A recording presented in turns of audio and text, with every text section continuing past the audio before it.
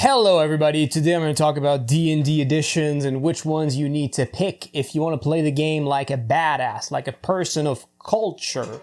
I have done some college works on the history of Dungeons & Dragons. I tried every edition. Some of them are really bad, or at least much worse than others. In this video, I'm going to talk to you about all these editions, tell you which ones that the badasses play and which ones the uncultured individuals play because they're not really aware of all else that's available. Obviously, I'm kind of half joking, like, we're all loving people here in the gnome gang of badasses. Easily the worst version of the game is first edition Advanced Dungeons & Dragons, in my estimation. Like, I did this crazy look at all the aspects of the game that I care about. I'm not going to show them to you too much. I'm going to talk about it, but I did this chart, this table where I thought about each and every edition, like how they score on each of these things. And really, I'll be honest with you, first edition Advanced in Dungeons & Dragons, as much as I really love this game, really love the flavor, I'll be real with you, it has a lot of problems. The biggest problem is the rule books suck. They're awesome because they're hardcover things and they have a lot of flavor. Like, Gary also... Man, the Dungeon Master's Guide is a bunch of really good advice mixed with a bunch of absolute garbage. The system itself is like a worse version of the other editions that came out at that time. But it was balanced and it was complete because it was designed for tournament play.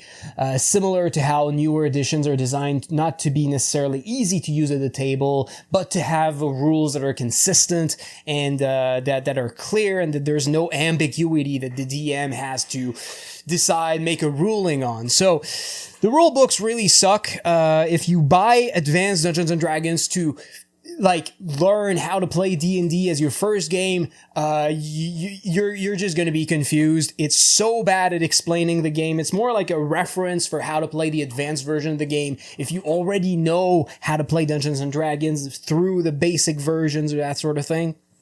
It's not as bad as OD&D, the original version, but for all these first edition editions, it's certainly like one of those that has the worst rule books. And you know, there's so many weird things about this book as well. There's a rule according to which in the Dungeon Master's Guide that says that when players gain enough experience to level up, they should not be allowed to level up immediately. They need to spend money to get a trainer who will train them, and you will increase as the dungeon master the amount of money they need to pay based on how badly they play the game. So if you hate that player, you feel like he plays badly, he makes bad decisions, you're supposed to punish your friend by making him pay more money so that it takes him more time to earn his levels, even though he gains the same XP as everybody else, because apparently he plays badly and he needs to be taught a lesson. Like, it's the things in this edition about like the culture of play, like that's absolute garbage. And also, if you have to resolve things that are not combat, man, there's no like D20 system that's like roll a D20, add your ability score, modifier, and roll above a certain target number. It's basically just, hey, you're a dungeon master. Here's long paragraphs on how statistics works, how dice statistics work, and choose which die they need to roll and how much they need to roll. Like, it's like there's no rule. It's just like, hey, make a rule. Here's how statistics works. Like, I understand in the culture, in basic Dungeons & Dragons and some expansions, there were rules on how to cover those non-combat actions, non-magic actions. Roll under your ability score is a common one. That's how I play the game, but it's not in the damn core rule books. It's just a bad edition, but still, it's the only one I still own because I can house rule this thing, and still it's my favorite. That's my impression of AD&D 1E. If you're a cultured person, you might find this really to your liking as a player's handbook, because it has like the most classes out of all the early editions of the game, so you can just play based on the same rules of like BX or something, but just use this book to have more classes, and it can be mixed and matched between these rule books seamlessly. It's a really good system for its character options, but character options not in terms of character builds, because this game doesn't have builds. Old school Dungeons and Dragons is for cultured people who understand builds are garbage. Builds are a plague for this hobby.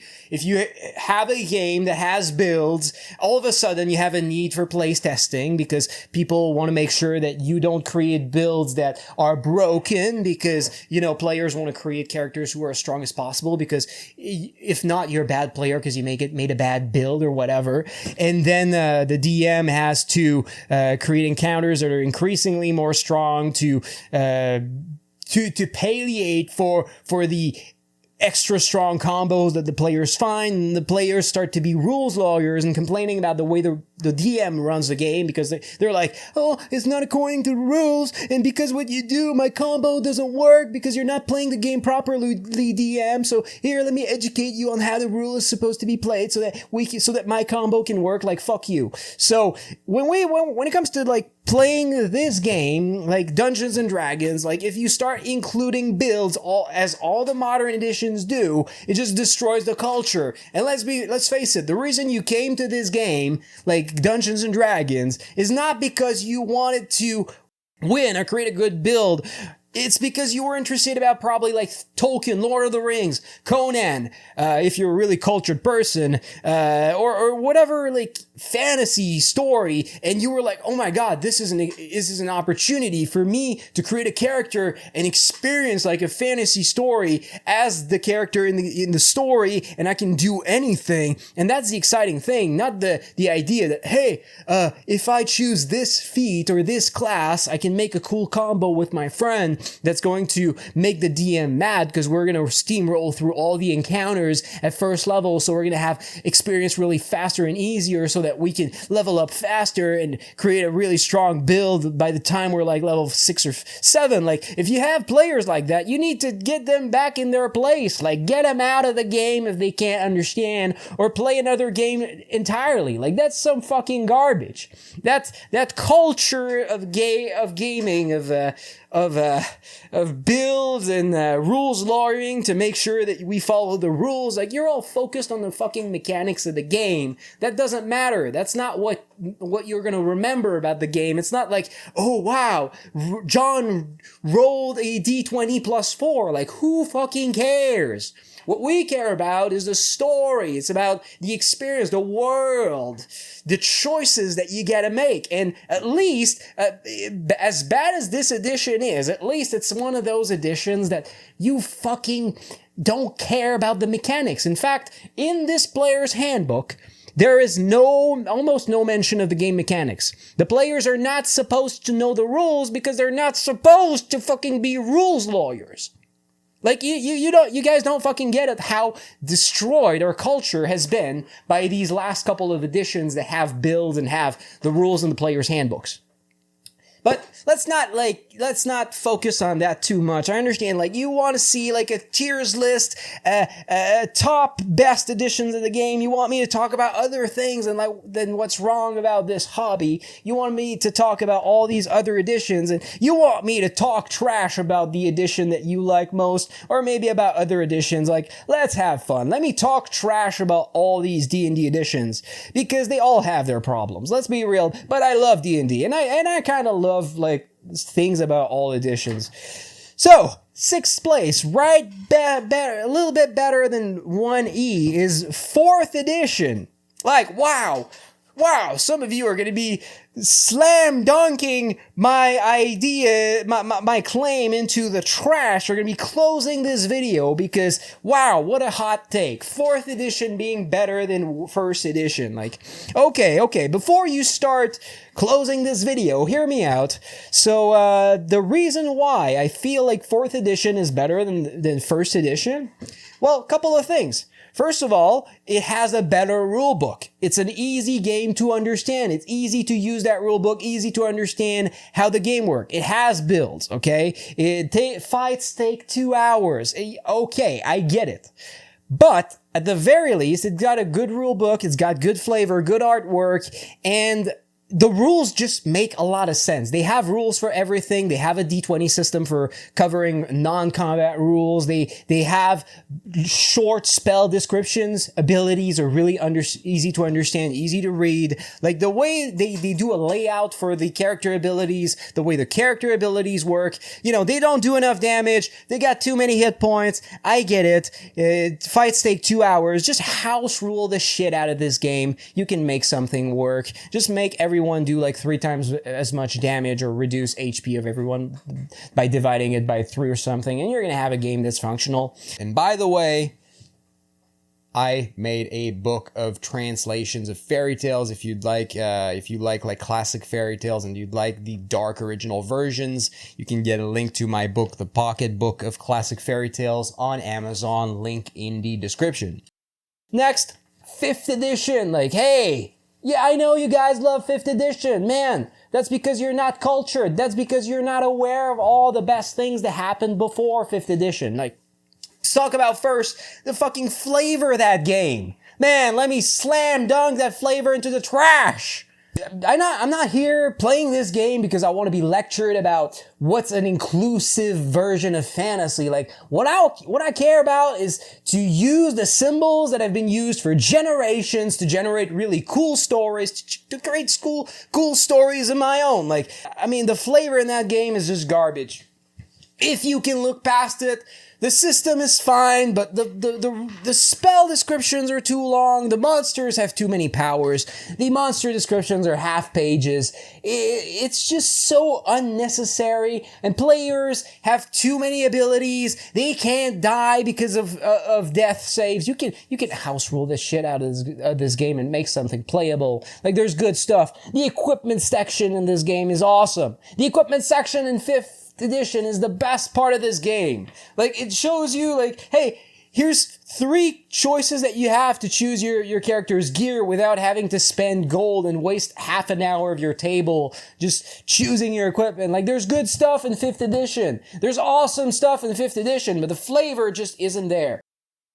And also, what's cool about 5e, non-combat actions are resolved with the D20 system. The proficiency system is a really awesome way to do skill checks and to calculate skill bonuses. It's just clean, it's simple. But man, the rest of this game, like the powers, the builds, it's better than 3rd edition, but man, it's less flavorful. And, or at least the flavor's worse. And, there's editions doing almost everything 5e does better than 5e does it, except for, like, the equipment section. And maybe, like, advantage, disadvantage, and, the proficiency bonus.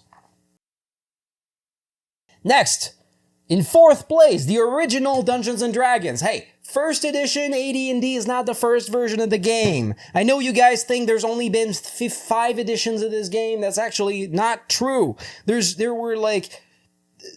was an edition before 1st edition AD&D, and there were other parallel editions through the BX line because of legal rights about Dungeons and Dragons and that sort of thing. They created Advanced Dungeons and Dragons 1st edition to differentiate the brand from Dungeons and Dragons, normal Dungeons and Dragons, because they didn't want to give Arneson money, and I think there was a lawsuit, and he got his money back anyway, but man, there's more than 5 editions of this game. Let's just be real about that. And OD&D, the first version of this game, in 1974, had 3 classes.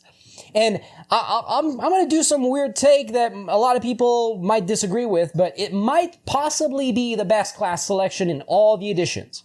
4 quick character generation, and also for making players understand that the way they make a cool character is by adding flavor to their character, not picking and choosing ideas from other people. Not picking and choosing some fucking powers for your character. Not picking and choosing some fucking class archetype that you want to embody. Like you take these 3 classes, you choose one, and you make that character your own. Like the less options you have in your D&D game, the more you're forced to use your creativity to make your character cool instead of choosing from a list of options from someone who made it for you. And I don't give a fuck when someone tells me, hey, my character is cool because he has this feat and he does this cool combo and he's strong. Like, your character is lame. I care about the character's story. I care about the character's personality, the way the player describes the character's look, that's what we care about. I care about the drama of the game. I care about the lore of the game. I don't give a fuck whether or not you get a +3 or +5 on your attack. That's just fucking lame. But OD&D is the version of the game that's going to force you to include your own creativity in the game as much, more than any other. And it's also a game that, in the rules, tells you to make up your own stuff. Like, it gives examples of classes, but it tells the DMs and players, like, hey, if you want to create any character that doesn't fit into these classes, create your own class. Like, what, a lot of you want things to be play tested because you're playing these new build heavy editions of the game, and you feel like, an idea isn't good if it wasn't made by a designer and play tested. Like, this character concept is not good to play because it's not strong based on the build, and I can't create my own abilities to make it work because it's not play tested. Like, that's some fucking garbage. Like, you guys realize all these magic powers, they're all made up?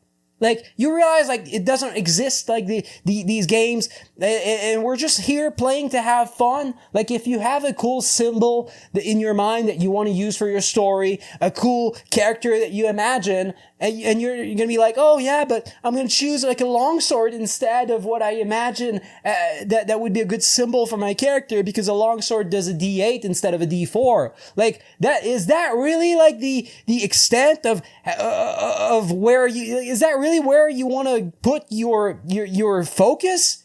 Like, that, man, everything in these games that is choices that you have to make that determine how strong your character is going to be are all things that are going to restrict a lot of players' creativity, make them feel like the goal of the game is to make the right choices to win, and make them choose things that are narratively less interesting because they want to be strong. And in this edition of the game, OD&D, first version of the game, every weapon does the same amount of damage. It does the same amount of damage. You choose a weapon based on what you imagine would be cool in your fucking mind. Like, isn't that the way it's supposed to be? Like, your character fights the way that it would fight based on, like, the narrative, what you imagine in your mind? You guys want to have a game where the designer decides that one weapon is good and another one isn't good, so that everyone ends up choosing the same weapon and looking the same? Choosing the same armor, same weapon, and all looking the fucking same at level 1? Like, I mean, I don't understand, like, how many people just love builds so much and think like it's a cool thing. It's just a fucking plague to this hobby. I hate builds so much. I hate modern games, the culture they breed so much, and the reason this hobby has so many creators and so many games is because right from the get-go, the first game that came out, OD&D, was a game that told you that you could create your own stuff. And it's a game also that didn't have all the rules it should have. It was complicated. Like, that's a bad thing about OD&D. If it wasn't for the fact that the rulebook is garbage, it would be one of the best editions of the game. But it's a garbage rulebook. It's hard to understand how the game works, how you're supposed to play it. So everyone had to make up their own rules. Everyone had to be a game designer back then. And so if you start making rules for your Dungeons and Dragons game, well then, guess what? Maybe you're going to want to create your own game. And then you're going to want to become a great game designer. But back in AD&D, the first edition of Advanced, Gary starts talking badly about creating rules. He starts having this rhetoric, this way of talking about, hey, you need to buy official D&D product because I guess they're play tested and we guarantee you that they're gonna good, while our competitors, you don't have that guarantee. And oh God, it just breeds about bad culture because it's good for the game's economy. Like, if you tell people that you need to buy play-tested material, people won't create their own material. They're gonna pay money to a company to do it. And, in modern days, like, people are so afraid of creating their own classes and powers that they're gonna break the game somehow. They just choose to buy endless expansion source books for that they really don't need. And, that's just good for the company, bad for the consumer, bad for the culture of the hobby. So, what's bad about OD&D? The rulebook is shit. It's hard to understand how to play the game. And also, some classes work weirdly. Actually, species, races, elves, you know how they work? They can choose at the beginning of the day if they are a fighter or a mage. So during the rest of the day, they have either equipment restrictions of the mage plus their spells, or no equipment restriction and no spells. Like that's a weird way to play it. And I know it's written in the book, oh, they choose the class at the beginning of an adventure, and some people think, oh, well, I'm gonna keep the same class for like 5 or 7 sessions while we finish Lost Mines of Phandelver. It's not about, adventure at the time did not mean adventure module. Adventure modules didn't exist! Like, I don't know how you guys can use modern terminology to evaluate an old text from 1974, the beginning of a hobby, to interpret rules based on language that didn't exist at the time. Like, let's be real. Adventure is going out of town into a dungeon or into the wilderness. That's what adventure means. It's not going and doing Lost Mines of Phandelver, all the 64 pages of Dungeons and Adventures, or like Curse of Strahd or whatever. Like, back then they didn't sell adventures because it was a game you were supposed to make your own stuff. It told you to make your own stuff. Yes, they sold expansions, but this game comes out of wargaming culture, and back then it wasn't like Warhammer nowadays where everyone's supposed to play by the same rules because it's play tested and balanced. Like, everybody played the game with different rules because the rule sets weren't good or weren't complete, and they had this culture of referees that you were supposed to change the rules to make the game more fun. And so these guys created their own stuff. They created their own rules, created their own army rules, and it was a creative hobby the way it's supposed to be in tabletop. But, we're in the world of Magic the Gathering, of competitive video games. We're in the world of competitive Warhammer, in the world of companies realizing that tabletop RPGs make more money when you make people believe that they need builds and to buy expansions to get the better builds. Like, nowadays, this is not a hobby you're supposed to buy. It's a hobby you're supposed to make. It's imagination. This culture that's breeded by all these developers is robbing you of your ability to create. You feel like you can't make an adventure that's as good as Curse of Strahd, so you're afraid to make your own stuff. Guess what? It's gonna make you pay money to get that book, and it's gonna make you not give yourself the chance to develop your ability to make your own stuff. Man, there's so many things about this culture that's wrong. And I realize, you didn't come here to have a discussion about the culture of gaming in the tabletop RPG space, but, that's where it's taken me. The problem with modern editions is not necessarily the rules in these fucking games, it's the culture they bring. It's how they fuck up new players and make them become rules lawyers and people who are power gamers and trying to break the game, and who stop, looking at the real good stuff, stop making their own stuff, who don't really try to look for cool character ideas that they could play. Instead, they try to find cool builds that they can play that do a lot of damage or whatever. And their characters are lame, they're weird. And oh man, I'm gonna move on. Now, in third place, now we're in the AD&D would be first or second place if it wasn't for the shit rulebook. It's a really, really good game. And its other problem is it doesn't have rules for handling actions that are non-combat, non-magic, except for a few like opening doors and I think lighting torches as well. Like there's really a few D6 rolls that you can make for a couple of actions with chances of succeeding depending on your character choices. But other than that, this system, if you just add like the D20 system, which is really easy to add to AD&D, and you manage to figure out how the game is supposed to be played, which you already do because you play modern edition of the game. You can just take that rule book, figure out how to create a character and whatever, figure out like what's your attack bonus and whatever, and you're gonna have a great edition of the game. You just have to overcome your belief that having more options as character creations is really important, and the fact that you can only play a cleric, fighter, or magic user is a bad thing, when in reality you can have amazing experiences by injecting your creativity into the game by creating extra classes or by just making cool narrative descriptions of characters of these three classes because you want to create a character that feels different from other players. Next, let's talk about third place, third edition. And this game is cool because it has a good rulebook.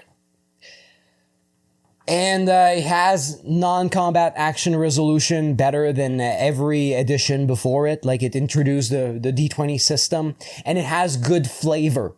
It's like a version of D&D 5th edition, which is a bit more build making, unfortunately. But other than that, and with longer spell descriptions, but other than that, this edition has better flavor, and it doesn't have as the death saves rule. It has better lethality levels at low level, and it's just more fun to play. More build making, but more fun to play, better flavor with the dungeon punk aesthetic. The characters who have weird armors and weird clothing in the books that just look unique and flavorful. And the books look cool as well with the graphic design work on the pages and the covers. Yeah, I mean, third edition, nothing wrong with third edition. The first edition that has the rule that you start with max HP at first level instead of rolling. The first level, second level, third level, fourth level experience of third edition is better than in terms of lethality and difficulty level is just better than every edition before it. In second place is going to be D&D second edition, AD&D second edition. Okay, second edition is like first edition with slightly better rules and slightly better character creation for rogues, because you can choose your skills instead of being forced to be good at climbing and being so bad at pickpocketing that you're not going to attempt it, and so bad at moving silently that you're not going to try. But otherwise, it doesn't have classes like the Assassin, which was cool in first edition. But they do have good flavor, and there are dark stuff in second edition. Dark Sun definitely includes a lot of dark stuff, including this campaign setting has elves that are basically cannibals that hunt people and eat them. Like, that's kind of cool. Like, the elves are not like the happy people in the woods. They're nomads who might come and kill you to eat you in the desert. Like, that's kind of exciting. Like, there's cool flavor in second edition. The rules, there's a bit more character building. It started slightly. Like, you can choose the equivalent of subclasses in fifth edition. And also it doesn't have monks, so it makes the game more medieval fantasy, which is a thing that I like. It's a good edition overall. You're not going to go wrong if you choose second edition. At number 1, it is D&D Basic, the Rules Encyclopedia version, or any edition of D&D Basic if you're interested in getting the expansions, because Cyclopedia is just the basic game with all the expansions combined into one book. And it's great because Basic is essentially like OD&D. If you add if you add rules for non-combat action, and it doesn't have builds, it has 7 character classes you can play. It's a good amount. It's decent. 3 of these classes are races. Did you know Elf is a class in Rules Encyclopedia? Halfling is a class in Rules Encyclopedia, and Dwarf is a class. On top of that, you have Cleric, Fighter, Mage, and Thief. Yeah, Thief, not Rogue. And also, I'm going to go back to OD&D, because OD&D halflings were called hobbits, but they had a problem with the token estate, so they had to change it to halflings. And from that point on, in every edition, they were called halflings, but they're basically hobbits. Everyone knows halflings are hobbits. They're like the off-brand version of hobbits. Let's see if people are going to call them hobbits when the Hobbit is going to become a public domain work in a couple of years. I think it's in this decade that The Hobbit is going to become a public domain work, that everybody can make their own stuff based on The Hobbit. That's going to be an interesting thing to live through. But, if you think back about Snow White and all these stories that we all know, and, well, I love, but you might not love, because I'm a cultured guy, I guess. Just a joke. You don't have to like Snow White to be a cultured person. But these stories that everyone makes their variants and their versions, The Hobbit is going to turn into one of those stories soon, which is going to be interesting. So Cyclopedia is just a good version of the game with no character building, with small amounts of character options, which means that people tend to be more creative when it comes to describing their characters and playing their characters, because that's the only way you can differentiate yourself. And the rules just make sense. The rules are just like AD&D, but the spell descriptions are shorter, because this game is not designed for tournament play. It's designed for play at the table, and they trust the DM to make rules judgments when people are confused. So they make small spell descriptions instead of like these long paragraphs of text for spell descriptions. Man, if you can get your hands on first edition D&D Player's Handbook, man, some of these spell descriptions are just so annoying to read. Moving on, so they have better spell descriptions because they're shorter, better designed for play at the table. So what's next about Cyclopedia? Essentially, Cyclopedia, the thing that makes it really good is that there's none of my categories, quality of the rulebook, flavor, speed of the fights, speed of character generation, level of difficulty of first level, how much your characters become too strong, too fast, resolving non-combat action, description of spell length. Like, if I go on, there's nothing that this edition does worse, or does everything this edition does. It either does it better than the other editions, or it does it just as good as the average edition of the game. So it just is the best game overall, and it's no wonder it's become the basis that the OSR uses as its main game that's used for retro clones. The OSR is basically a movement that wants to revive the old editions of the game and revive the old version of playing Dungeons and Dragons with old edition rules, and they make what's called retro clones or OSR games, which are either games that have the same mechanics as old editions, or new games that have similar mechanics but different flavor, and they almost always make clones or games inspired by a basic D&D. Because it just has the best rules. It's easier to understand how to play the game. It has a decent amount of character options, but not too much. And it's just a good game overall. The only thing that might annoy you about this game compared to maybe like first edition is first edition has like maybe 4 extra classes it has double the classes, but other than that, Rules Encyclopedia is just better in every way, and it's a cool book because it includes both. It includes the Player's Handbook, Monster Manual, and Dungeon Master's Guide in the same book, so it's just a convenient book to have, a cool book, well explained, nothing wrong with it. Not my favorite personally. It's like a vanilla ice cream. Like, it's good, but it's not giving enough of a strong impression on me. It's not different enough for it to be my favorite, but it's just a good edition of the game, and certainly the easiest of the old editions of the game to learn. And since you don't have a lot of character options, it's going to make you experience it's going to make you experience the non-build focused play in a very pure form, in a very quickly, and it's going to change your culture faster and easier than something like second edition would, with its variant character classes and character kits, I think they call them. I think it's probably best as a player and as a group, as a DM, that you don't swim into the pool of old school editions like 1 centimeter at a time, but that you just throw yourself in the pool and see the richness, the purity of old school versions of the game, and the beauty that comes from lack of